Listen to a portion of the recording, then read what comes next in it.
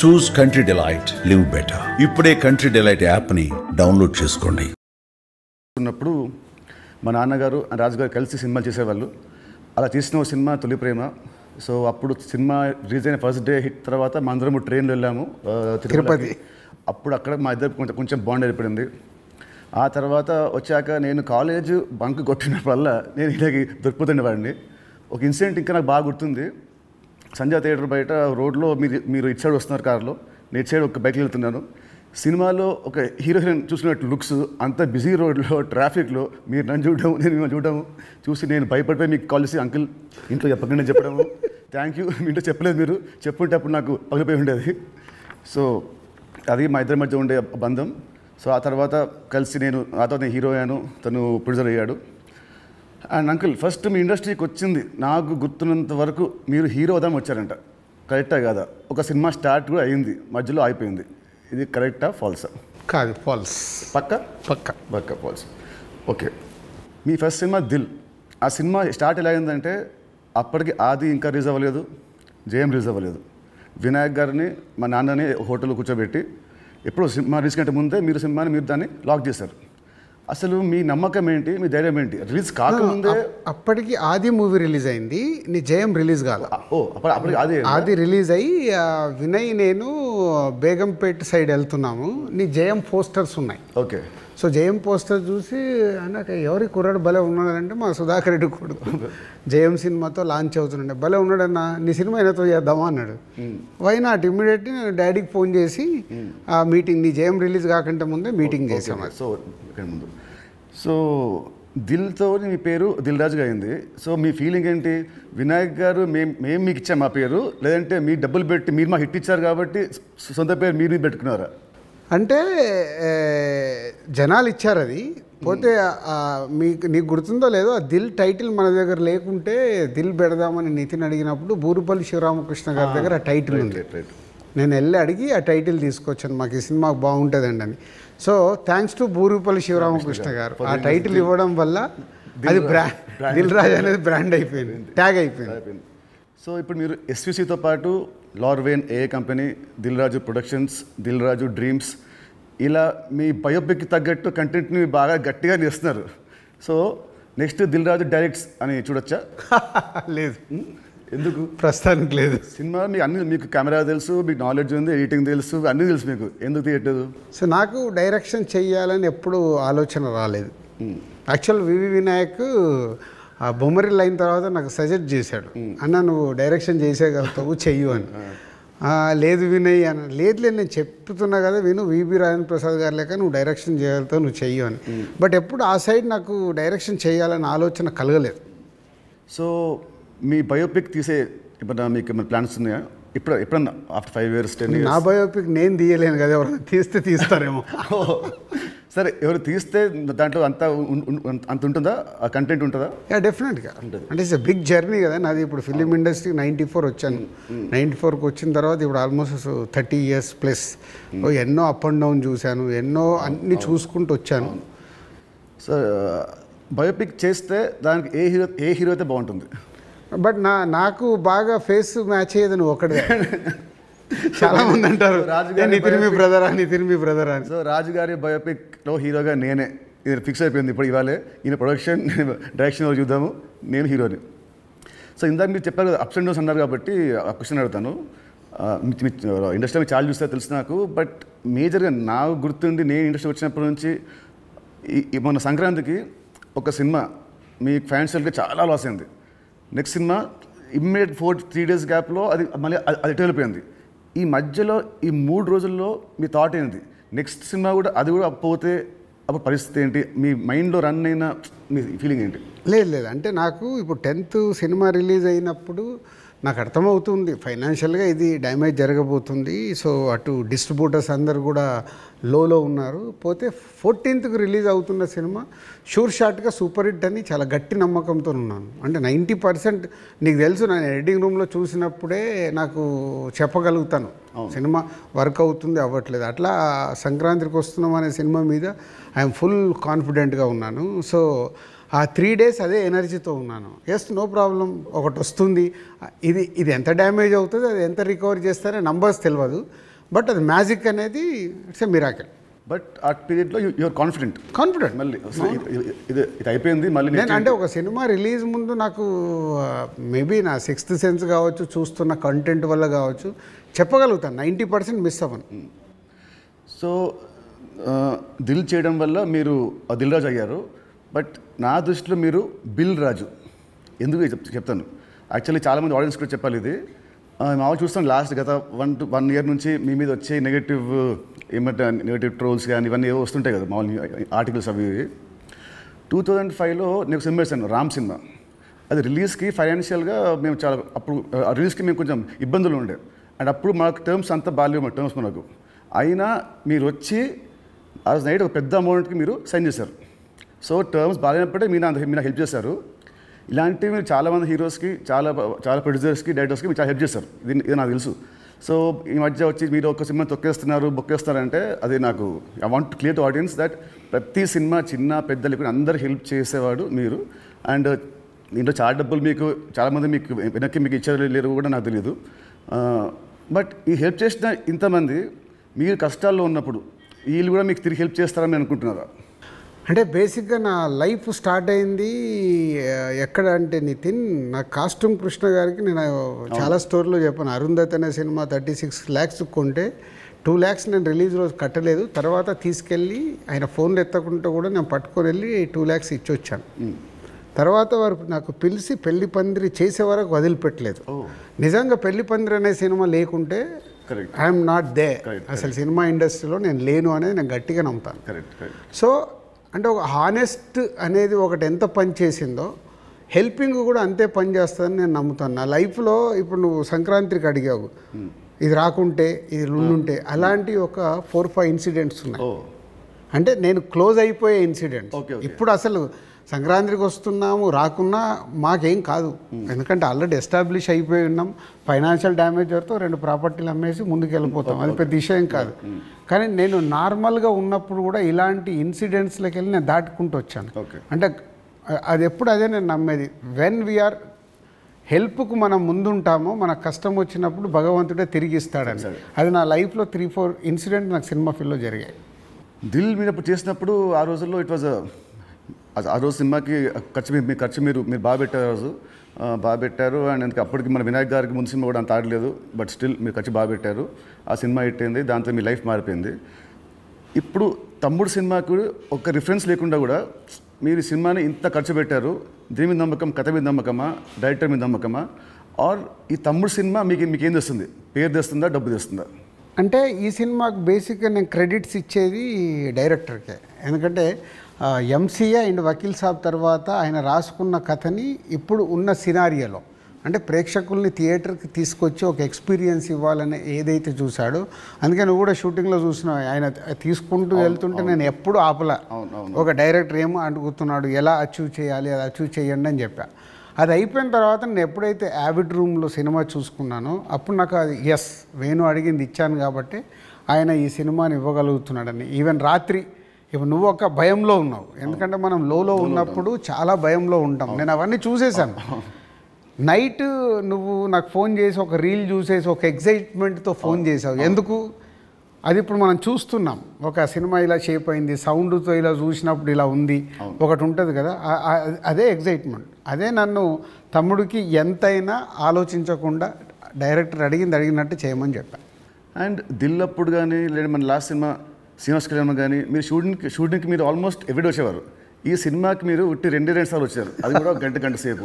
ఎందుకు? డైరెక్టర్ మీద నమ్మకమా, లేదా మీరు బిజీగా ఉండి మీరు మా సినిమాని మీరు పట్టించుకోలేదా? అంటే 2 things.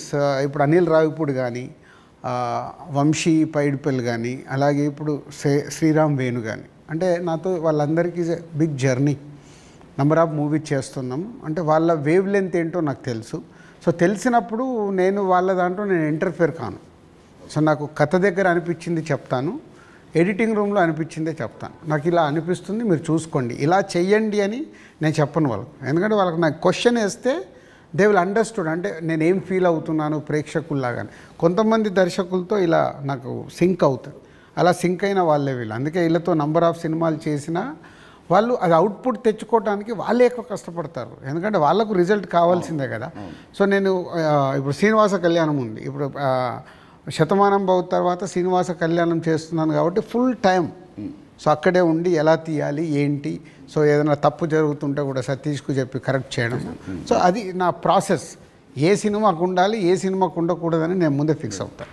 సో తమ్ముడు అనేది దిల్ రాజు సినిమానా లేదంటే వేణుశ్రీరామ్ సినిమా? వేణుశ్రీరామ్ సినిమా 100% మొత్తం ఇంటర్గ్రేట్.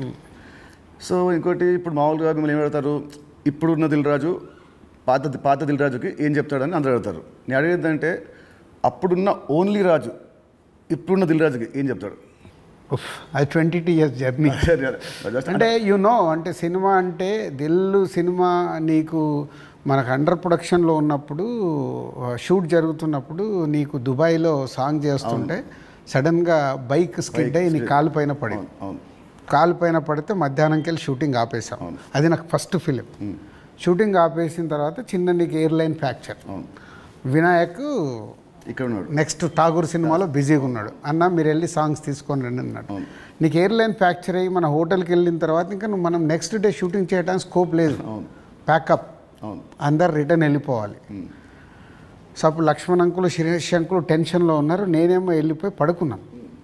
పడుకొని 4 o'clock లేసేసి శంకర్ మాస్టర్ డోర్ కొట్టి, మాస్టర్ రేపు నైట్ వెళ్ళిపోవాలి, నీకు ఇప్పుడు 2 పాటలలో ఏమేమి బ్యాలెన్స్ ఉన్నాయో ఒక్కసారి లిస్ట్ రాయని 6 గంటల వరకు కూర్చొని ఆయనతో రాపిచ్చి, ఇవి నితిన్ కాలు కింద పెట్టకుండా నువ్వు ఎలా మేనేజ్ చేయగలుగుతావు అంటే శంకరు నేను మళ్ళీ డిఓపిని పిలుచుకొని మేము కూర్చొని డిజైన్ చేసాం. డిజైన్ చేసి మీకు చెప్తే మీరు అందరూ ఏంటి షూటింగ్ ఉందా ఎలా చేస్తారు అంటే ఇలా చేయబోతున్నాం, విల్ ఫినిష్ నెక్స్ట్ 2 days అని నీ కాలు కింద పెట్టనివ్వకుండా 2 రోజులు షూటింగ్ చేయించా కూర్చొని స్టాండింగ్. అంటే నా మొదటి సినిమా నాకు ఆ సిచ్యువేషన్ అలాంటిది. ఆ రోజు 2 రోజులు షూటింగ్ ఆగకుండా చేసుకొని వచ్చి రిలీజ్కి ముందు మళ్ళీ ఆర్ఎఫ్సికి వెళ్ళి ఆ బ్యాలెన్స్ షాట్లని 2 పాటలు తీసి మ్యాచ్ చేశాం. అంటే అది నా ప్యాషన్. అంటే మొదటి సినిమాలోనే నేను ఒక సమస్య వస్తే దాన్ని జాగ్రత్తగా హ్యాండిల్ చేసుకొని సినిమాకి ఎలాంటి డ్యామేజ్ జరగకుండా చేయగలిగా. అదే మామూలు రాజు నుంచి దిల్ రాజుగా షిఫ్ట్ అవ్వడం. అంటే నాట్ ఓన్లీ దిల్, ఇలాంటి సో మెనీ ఫిలిమ్స్కి సో మెనీ ఎప్పుడు వస్తూనే ఉంటాయి. అవన్నిటిని జాగ్రత్తగా హ్యాండిల్ చేసుకుంటే 58 సినిమాలకు రీచ్ అయ్యాను. అదే ఫస్ట్ సినిమా దిల్లప్పుడు కూడా మీ అన్నింటిలో మీరు చాలా మీరు ఇన్వాల్వ్ అయ్యారు. ప్రతి దాంట్లో స్టోరీల నుంచి సీన్స్ నుంచి కొన్ని సీన్స్ మీకు నచ్చకుంటే మీరు వినాయక్ మీరు చెప్పలేకపోతే మీరు నా చెప్పేవాళ్ళు, నితిన్ చెప్పా ఈ సీన్ బాగా గుర్తున్నా దాంట్లో ఉంటుంది ఒక ఎపిసోడ్, ఒకటి టాలీగట్ ఎపిసోడ్ ఉంటుంది ఒకటి, అది సినిమా లేదు. సో అదే సో మీ ఉత్సాహాన్ని చూసే సుకుమార్ గారు సినిమా రైటర్ కదా, ఆయన పెట్టాడు సినిమాలో ఒక డైలాగ్ వస్తుంది, మై నేమ్ ఇస్ రాజు అంటే ఒకటి వచ్చి ఎందుకంత ఫోజు మిమ్మల్ని చూసే పెట్టాడు డైలాగ్, గుర్తున్నా బోర్డు మీద రాస్తాడు. సో 2003 రాజుగారి దగ్గర ఉన్నదేంటి, ఇప్పుడు రాజుగారి దగ్గర లేనిదేంటి?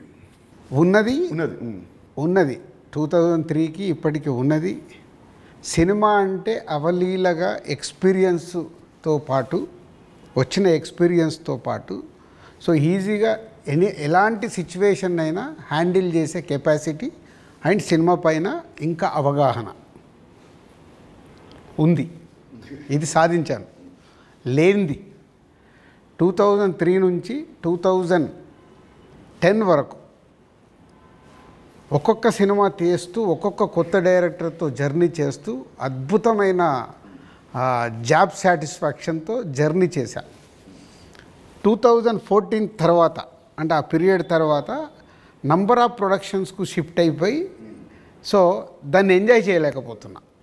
అది ఇప్పుడు లేదు, ఆ ఎంజాయ్మెంట్ లేదు. Job satisfaction enjoyment job satisfaction ఉంది, ఎంజాయ్మెంట్ అంటే మార్నింగ్ 7కు నేను లొకేషన్కి వెళ్ళిపోయి ఈవినింగ్ ప్యాకప్ వరకు ఉండి మళ్ళీ వచ్చి నెక్స్ట్ డే సీన్ గురించి వెళ్ళి ఆఫీస్లో కూర్చొని 10 వరకు కూర్చొని అదొక ఎంజాయ్మెంట్ నాకు. I'm missing that. ఇప్పుడు ఆడియన్స్ సినిమా థియేటర్కి చెప్తారు మామూలు ఇప్పుడు ఆడియన్స్ ఇప్పుడు ఎక్కువ రావట్లేదు, యాజ్ ప్రొడ్యూసర్గా ఏం చేయాలో మీరు చెప్తున్నారు. ఫర్ అ చేంజ్ మీరు హీరో అయితే హీరోగా మీరు ఆడియన్స్ థియేటర్ రావడానికి మీరు ఏం చేస్తారు? ప్రొడ్యూసర్గా చెప్తున్న దిల్ రాజు చెప్తున్న అన్ని పాయింట్స్ని నేను నితిన్ ప్లేస్లో ఉంటే నేను ముందడిగేసి అరే ఇవన్నీ ముందు మొదలు పెడదామని మొదలు పెడతాను. సరే, దిల్కి అండ్ తమ్ముడికి ఈ మధ్యలో మీరు నా ఏమంటారు నా పర్ఫార్మెన్సా నాలో చూసిన చేంజ్ ఏంటి, మార్పు ఏంటి, ప్లస్ అండ్ మైనస్? ప్లస్లు చాలా నువ్వు అప్పటికి ఇప్పటికీ ఏంది న్యాచురల్గా ఒక 22-23 ఇయర్స్ నువ్వు యాజ్ యాక్టర్గా ఇక్కడ వరకు జర్నీ చేసావు. అంటే నాకంటే సీనియర్ నువ్వు యాక్చువల్ 1 ఇయర్ సీనియర్. నేను 2003లో ప్రొడ్యూసర్ని అయ్యా, నువ్వు 2002లోనే హీరో అయ్యావు. అంటే నాకంటే 1 ఇయర్ సీనియర్. సో నీకున్నది ఆ ఎక్స్పీరియన్స్ వచ్చింది ప్లస్. సో ఆ ఎక్స్పీరియన్స్తో నేను ఎలా హ్యాండిల్ చేస్తున్నానో థింగ్స్ని హ్యాండిల్ చేయగల కెపాసిటీ వచ్చింది, మేనేజ్ చేయగలిగే కెపాసిటీ లేనిది. అంటే 23 సంవత్సరాలలో నువ్వు అంటే ఇప్పుడు ఒక దిల్ రాజుగా నేను నీకంటే జూనియర్ని 1 ఇయర్ని సాధించుకుంటూ ఒక టాప్లోకి వచ్చా. నితిన్ని నేను అలా ఊహించా. నేను దిల్ సినిమా చేస్తున్నప్పుడు, ఆర్యా సినిమా చేస్తున్నప్పుడు బన్నీని, దిల్ సినిమా చేస్తున్నప్పుడు నిన్ను, అంటే వీళ్ళు నాకు ఫ్యూచర్ స్టార్స్ అని ఊహించా. కానీ నువ్వు ఆ మార్క్ అచీవ్ చేయలేకపోయావు, నువ్వు కోల్పోయింది అదే అనేది నా ఫీలింగ్. ఇప్పుడు తమ్ముడితో నాకు మళ్ళీ వస్తుందనుకుంటారా ఆ పూర్వ వైభవం? తమ్ముడితో సక్సెస్ఫుల్ హీరోగా వస్తావు, కానీ ఇది సరిపోదు. ఎల్లమ్మతో కొట్టాలి. సో దిల్కి సీక్వెల్ చేసే ప్లాన్ ఏమైనా ఉందా? ఎందుకంటే అదొక మంచి బ్రాండ్ వాల్యూ. మళ్ళీ వినాయక్ గారితో నాతో దిల్ పార్ట్ 2 అంటే అప్పుడు ఫాదర్ క్యారెక్టర్ నువ్వు వేయాలి, కొడుకు క్యారెక్టర్ నువ్వు వేయాలి. ఉంది కదా, ఇలాగ సినిమాలో ఉంది కదా, ఇచ్చాం కదా మనం లీడ్. కరెక్ట్, సినిమాలో మనకు లీడ్ ఉంది, మనకు సినిమా లీడ్ ఉంటుంది. అది వేసుకొని లాస్ట్ సీన్ అదే ఉంటుంది, ప్రకాష్ రాజ్ గారిది ఫోటో మీదకి వెళ్ళి రివీల్ చేస్తే అలా చేయాలి. అప్పుడు 1 word ఆన్సర్స్ కావాలి. 1 word or 2 words, మీ ఇష్టం. 1-2 words ఆన్సర్స్. మీకు చెప్తాను కొన్ని పేరు వినగానే మీకు వచ్చే ఫస్ట్ మీ థాట్స్. పవన్ కళ్యాణ్ గారు is my star. Mahesh Babu గారు. మహేష్ గారు మా ఇద్దరికి ఒక తెలువని అండర్లింక్ ఉంటుంది. ప్రభాస్ గారు ఈజ్ మై డార్లింగ్. ఎన్టీఆర్ గారు. మై నాన్న. నాన్న అని పిలుస్తాను నేను. ఓ అదేంటి ఆ లింక్ ఏంటి? అది అప్పుడు తారక్తో డిస్ట్రిబ్యూటర్గా ఉన్నప్పుడు క్లోజ్నెస్ ఉండి బృందావనం చేస్తున్నప్పుడు అప్పటికి కొడాలి నానిగారు వీళ్ళందరూ తారక్తో ఉండేవాళ్ళు. వాళ్ళందరూ నాన్న నాన్న అని పిలిస్తే నాకు అది ముద్దుగా అనిపించేది. అంటే నాకు ఈ అవకాశం ఉంది కదా అని అప్పటి నుంచి నేను కంటిన్యూ. తారక్ నన్ను అన్న అంటాడు, నేను నాన్న అంటాడు. బాగుంది. చరణ్ గారు. His megastar son. సో ఒక సినిమా అంటే ప్యాషన్గా మెగాస్టార్ సన్ అయినా ఎదుగుతూ వచ్చిన is a star hero. Allu Arjun గారు. Bunny is my brother. Next Sirish Reddy గారు. శిరీష్ అందరికీ తెలిసింది మై బ్రదర్. పోతే మా ఇద్దరికి సినిమా దాంట్లో ఎప్పుడు ఒక కాన్ఫ్లిక్ట్లో ఉంటాం. అవునా? ఓకే. అంటే ఆలోచన విధానంలో కాన్ఫ్లిక్ట్గా మాట్లాడుతుంటాం, బట్ కన్క్లూడ్ చేస్తాం, రిజల్ట్ ఉంటుంది మాకు. About Venu Sriram. Venu is my boy. తమ్ముడు సినిమాని 3 ముక్కలు చెప్పాలంటే Thammudu, what is Thammudu for you? Nithin నాకు తమ్ముడు, వేణు నా తమ్ముడు. తమ్ముడు సినిమా మీకు పేరు తెస్తుందా, మీకు డబ్బు తెస్తుందా? ఫస్ట్ పేరు తెస్తుంది, తర్వాత నేను పెట్టిన డబ్బు తెస్తుంది, ఇంకా అద్భుతాలు జరిగితే లాభాలు తెస్తుంది. సో July 4th సినిమా వస్తుంది తమ్ముడు. సో ఆడియన్స్కి మీరేం చెప్తారు? ఎస్, అన్ని ఇంటర్వ్యూలలో చెప్తున్నట్టే. సో ఈ సినిమా, ప్రతి సినిమా అందరికీ ఇంపార్టెంటే.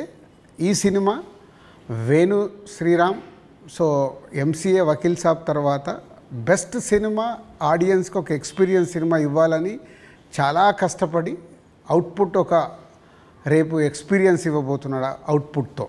సో అది నో డౌట్. సో దిల్ రాజుగా నాకు సంక్రాంతికి వస్తున్నాం ఒక బ్లాక్ బస్టర్ అయితే, దాని తర్వాత మా బ్యానర్ నుంచి వస్తున్న వెంకటేశ్వర క్రియేషన్ నుంచి వస్తున్న ఒక మంచి సినిమాతో దిల్ రాజు మీ ముందుకు తీసుకొస్తున్నాడు ఈ సినిమాని. ఇది నాకు సక్సెస్తో పాటు ఒక ఎనర్జీని ఇస్తుంది. బట్ నితిన్కి ఇది సక్సెస్ చాలా అవసరం. సో ప్రాపర్గా సినిమాని మీకు నచ్చే విధంగా రెడీ చేసి మీకు తీసుకొస్తున్నాం. July 4th మీరు థియేటర్కి రండి, ఫ్యామిలీస్తో వచ్చి మీరు ఎంజాయ్ చేస్తారు సినిమా, అది నా ప్రామిస్. ఎంజాయ్ చేసిన సినిమాని బయటికి వెళ్ళిన తర్వాత మీరే చెప్తారు ఒక వావ్, అంటే నితిన్కి ఒక కొత్త సినిమా, కొత్త అప్రోచ్. ట్రైలర్ కంటే ముందు తమ్ముడు వేరు, ట్రైలర్ వచ్చిన తర్వాత నితిన్తో ఇలా తీశారు ఆ సినిమా అన్నారు, అది ఫస్ట్ పాయింట్. అలాగే తమ్ముడు అని టైటిల్ పెట్టుకొని ఏ సర్టిఫికేట్ తీసుకున్న దిల్ రాజు. సో ఇది సెకండ్ పాయింట్. అంటే థియేటర్ ఎక్స్పీరియన్స్ కోసం కాంప్రమైజ్ అవ్వకుండా ఏ సర్టిఫికేట్ కూడా తీసుకున్నాము. యూఏ సెన్సార్ వాళ్ళు కొంచెం లెంత్ తగ్గించుకొని యూఏ తీసుకోండి అన్న కానీ ఏ సర్టిఫికేట్ తీసుకోవడానికి థియేటర్లో ఎక్స్పీరియన్స్ మిస్ అవ్వకూడదు. ఏదైతే డైరెక్టర్ అనుకున్నాడో, నితిన్ ద్వారా ఏదైతే మీకు అందివ్వాలనుకున్నాడో, నితిన్ చుట్టూ ఒక 5 ఉమెన్ని పెట్టి ఒక కాన్సెప్ట్ ఫిలింగా 80% ఆఫ్ ద ఫిలిం మీకు ఫారెస్ట్లో ఉంటుంది. ఇది 24 అవర్స్లో జరిగే కథ. ఒక ఎక్స్పీరియన్స్ మట్టుకు డెఫినెట్గా ఈ సినిమాతో పొందుతారు. Please come and watch in theatres from July 4th. తమ్ముడు సినిమా ఉంది. తమ్ముడు సినిమా రిలీజ్ కాకముందే మీరు నాకు వెళ్ళమ్మా అనే ఒక కథ వినిపించారు. మామూలు ఇండస్ట్రీలో ఉంటుంది, ఈ సినిమా హిట్ అయితే నెక్స్ట్ సినిమా చేస్తాము అని ఉంటుంది. మీకు ఏంటి మళ్ళీ మీ మైండ్ సెట్ ఈ సినిమా రిజల్ట్తో సంబంధం లేకుండా నాతో నెక్స్ట్ సినిమా చేస్తున్నారు, ఇమీడియట్ సినిమా? సేమ్ నాకు సుబ్రహ్మణ్యం ఫర్ సేల్ జరుగుతుంది తేజుతో. అనిల్ రావిపూడి పటాస్ రిలీజ్ అయింది. పిలిచి అనిల్ని సినిమా చేస్తా అన్నప్పుడు సుబ్రహ్మణ్యం ఫర్ సేల్లో ఒక సాంగ్ చూపించి ఈ హీరోతో సినిమా చేద్దామని చెప్పా. అప్పటికే పిల్ల నువ్వు లేని జీవితం చేశాం గీత వాళ్ళతో కలిపి.